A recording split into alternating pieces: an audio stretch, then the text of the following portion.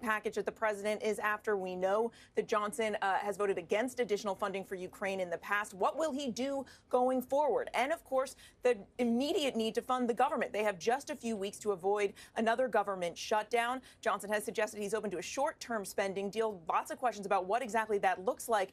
But when you take a step back, you have had 22 days, 14 candidates, 4 nominees, multiple votes.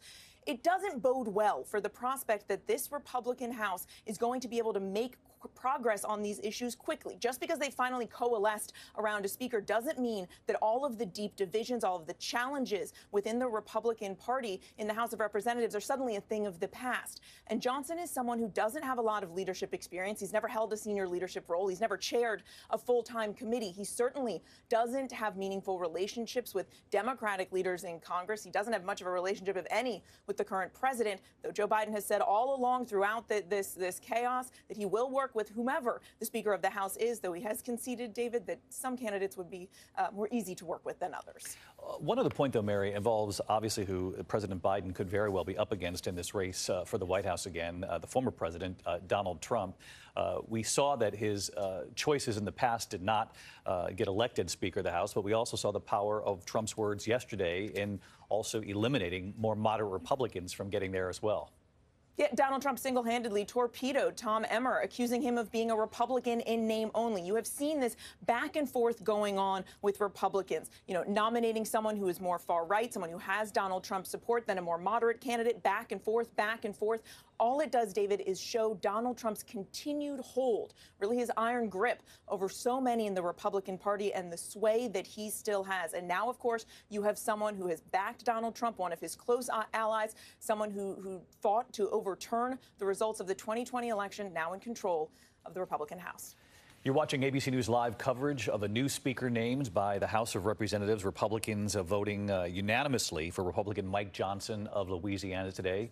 Conservative, lesser-known Republican from Louisiana. We're waiting for him to walk into the chamber with the new title of Speaker of the House. And Rachel Scott, in the meantime, some of these key issues, he might be lesser known, but what is known certainly is his stance on key issues, key dividing lines in this country. Exactly, David. So we know that he objected voting to overturn the results of the 2020 election, for starters. I tried pressing him on whether he stands by that vote just yesterday, and he ignored the questions. We know that he is a staunch supporter against abortion rights. So he does support a 15-week nationwide abortion ban with a few exceptions, including rape, incest, and life to save the mother's life. And we also know that he has opposed Ukraine funding in the past, and that is going to be a critical issue that's going to come to the forefront in just a matter of days that he will have to figure out with his conference as they start to consider the president's supplemental request for additional aid to both Israel and Ukraine. I can tell you that a growing number of Republicans here on Capitol Hill are very skeptical about providing billions of dollars in more funding to Ukraine. They believe that should be brought up separately, that it shouldn't be considered or tied together with additional funding to Israel. And so he will still face these very same challenges that you saw from former Speaker of the House, Kevin McCarthy, with trying to unite his conference around a possible supplemental and additional aid to Ukraine. But not only that, but also government funding as well. We know that some Republicans are opposed to any sort of short-term deal, and so now he's going to have to hash that out with his conference. Do we know what his relationship is with more moderate Republicans, Rachel?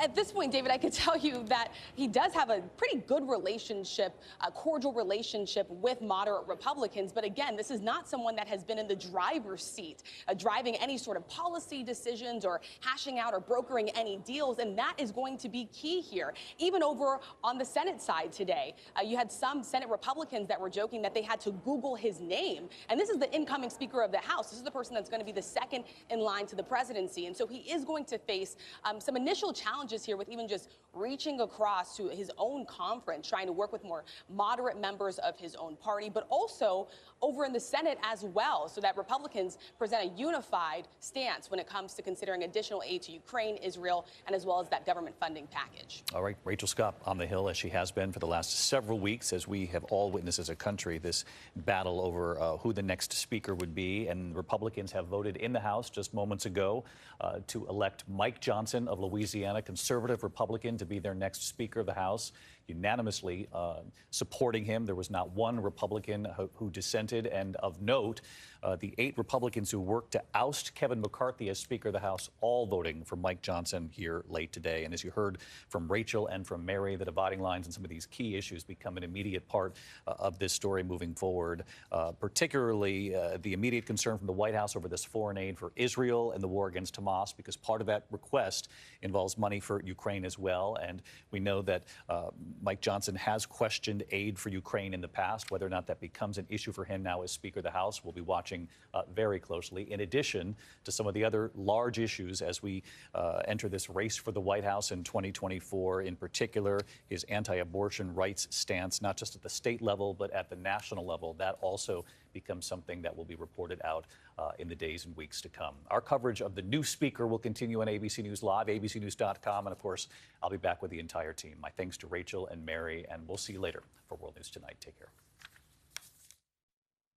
This has been a special report from ABC News.